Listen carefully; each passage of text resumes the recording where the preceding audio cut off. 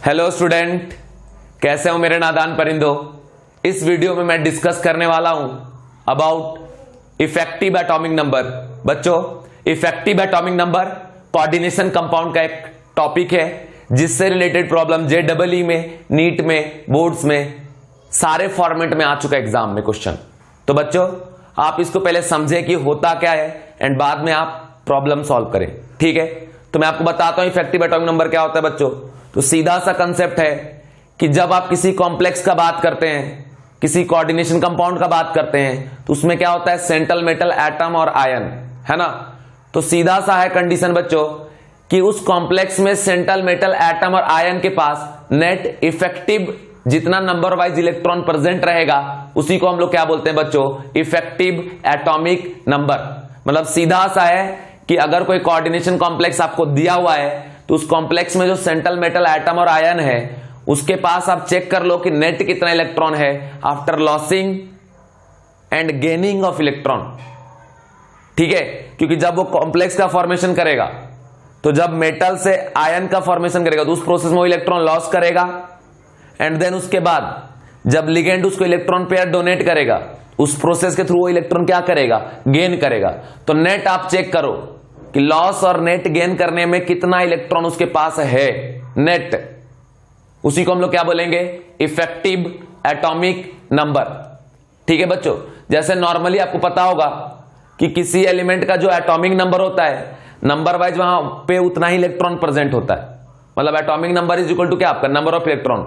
उसी वजह से यहां भी हम लोग net number of electron of central metal, atom और आयन को हम लोग बुलाते हैं किससे, इफेक्टिव एटॉमिक नंबर से, ठीक है बच्चों। तो यहां पे कंसेप्ट आप देखें क्या लिखा है डेफिनेशन इसका, कि the resultant number of electron with the central atom और ion after gaining electron from donor atom of ligand is known as what, effective atomic number, ठीक है बच्चों। अभी आप कैसे निकालेंगे, तो सीधा सा सबसे पहले जिस सेंट्रल मेटल एटम का आप इफेक्टिव एटॉमिक नंबर निकालने जा रहे हैं उसका आप देखिए क्या ऑक्सीडेशन नंबर है, ठीक है। ऑक्सीडेशन नंबर से आपको यह पता चलेगा कि उसने कितना इलेक्ट्रॉन लॉस किया है एंड उसके बाद आप यह देखिए कि कितने लिगेंड का डोनर एटम सेंट्रल मेटल पे इलेक्ट्रॉन डोनेट कर रहा है। और आपको तो पता होगा कि अगर कोई लिगेंड का एक एटम के थ्रू डोनेशन हो रहा है तो मतलब 2 इलेक्ट्रॉन का डोनेशन करेगा। लोन पेयर डोनेट करता है मतलब कितना, 2 इलेक्ट्रॉन। तो हर एक डोनर एटम के थ्रू 2-2 इलेक्ट्रॉन का डोनेशन होगा। तो नेट फिर आप चेक कर लेंगे। तो सीधा सा इसका फॉर्मूला क्या जाएगा, atomic number minus oxidation number of metal. Atomic number मतलब इनिशियली उसके पास कितने इलेक्ट्रॉन थे एंड जितना ऑक्सीडेशन नंबर होगा उतना इलेक्ट्रॉन उसने क्या करना, लॉस। अगर 1 पॉजिटिव मतलब 1 लॉस कर दिया, 2 पॉजिटिव 2 लॉस कर दिया, 3 पॉजिटिव 3 लॉस कर दिया, 10 पॉजिटिव 10 लॉस कर दिया, ठीक है। इसलिए क्या करेंगे, atomic number minus oxidation number of metal and उसके बाद number of electron gain from donor atom of ligand. जितना इलेक्ट्रॉन गेन करेगा डोनर एटम ऑफ लिगेंड से उस नंबर ऑफ इलेक्ट्रॉन को हम क्या कर देंगे, ऐड। तो इस नेट वैल्यू को हम लोग क्या बोलेंगे बच्चों, इफेक्टिव एटॉमिक नंबर, ठीक है। अब इसको देखो हम लोग प्रॉब्लम के थ्रू समझेंगे और सॉल्व करके मैं आपको बताता हूं, ध्यान से आप देखिए, ठीक है।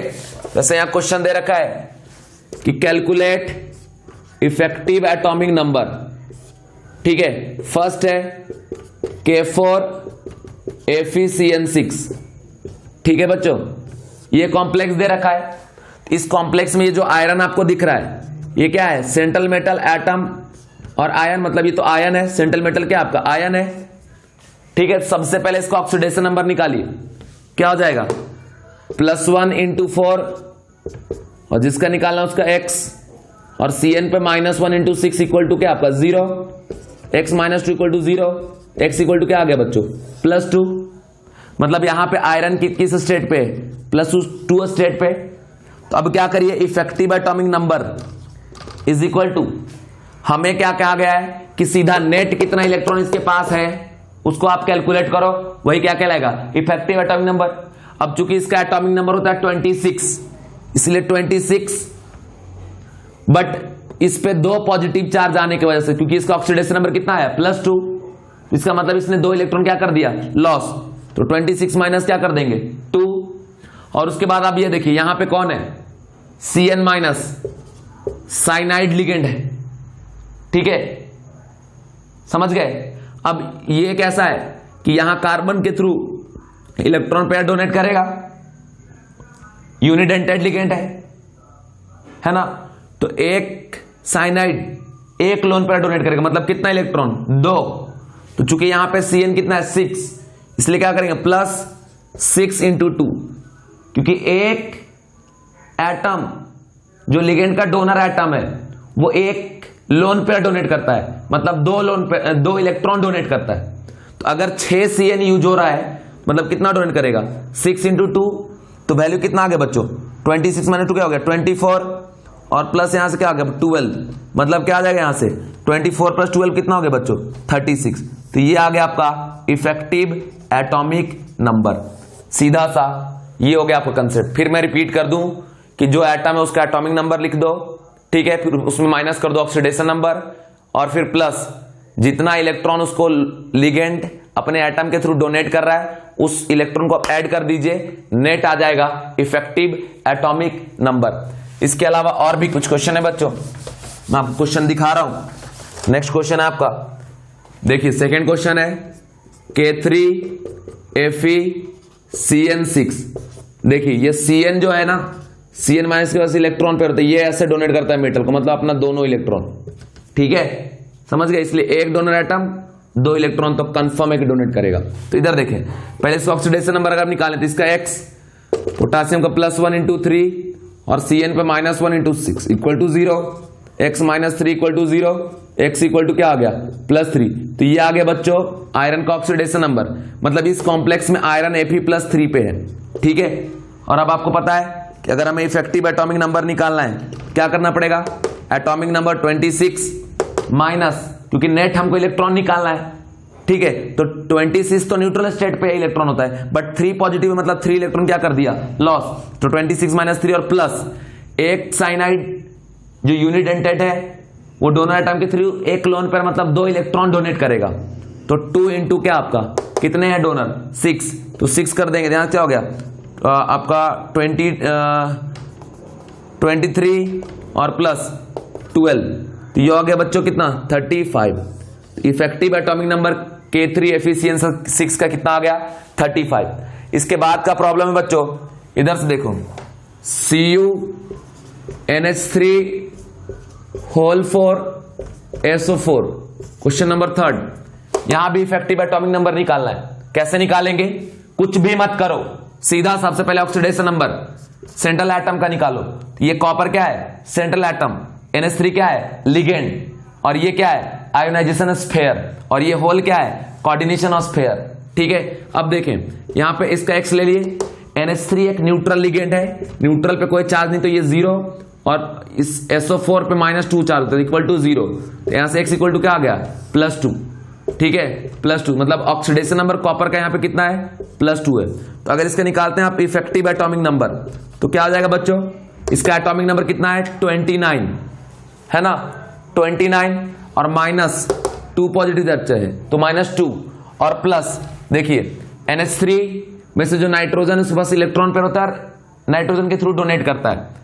एक NH3 एक लोन पेयर डोनेट करेगा मतलब 2 इलेक्ट्रॉन, और इनटू कितने नंबर वाइज है 4, इंटू कर देंगे 4, तो यहां से आ गया 29 - 2 कर देंगे कितना हो जाएगा बच्चों 27 और प्लस 8, ठीक है समझ गए बच्चों 27 और प्लस 4 × 8, तो यहां से हो जाएगा ये आपका 35 इलेक्ट्रॉन। तो यहां भी 35 आपका कैलकुलेट हो गया मेरे प्यारे बच्चों।